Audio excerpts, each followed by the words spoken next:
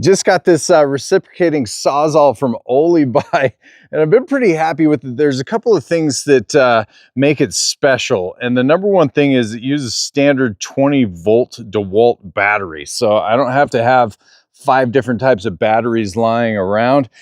These blades actually came with 8 of them that range between 11 inches all the way down to 5 inches on the wood, and also the metal size.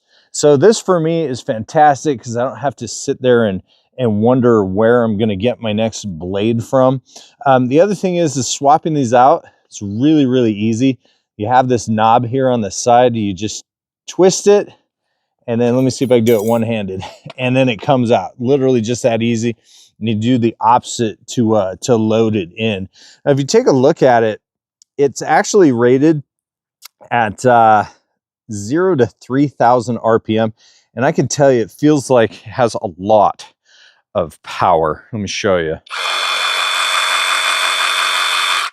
I've had no problems cutting small branches up to about the standard 3-inch mark. No question that it'll get through 2x4s the size that I need to.